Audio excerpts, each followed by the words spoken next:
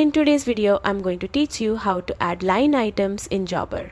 Whether it's for invoices, quotes, or jobs, managing line items correctly keeps your workflow organized and efficient. First, open your preferred browser and search for Jobber.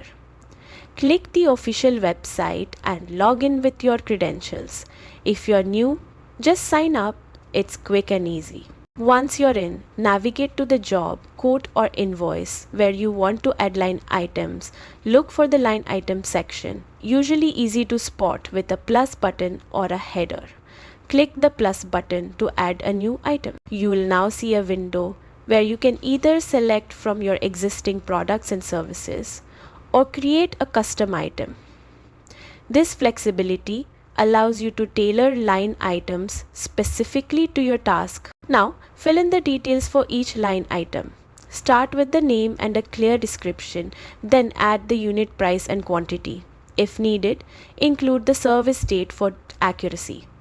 These details ensure that totals are calculated correctly and your clients have a clear view of charges. Need to make edits later? Just tap on the line item, update any field, name, description, unit price, quantity or service date, and don't forget to save your changes. Saving locks in your edits and keeps your job, quote or invoice accurate. And that's it. Adding line items in Jobber is simple once you know the steps.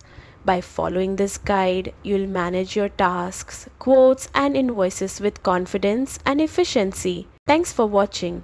Don't forget to like and subscribe for more helpful Jobber tutorials.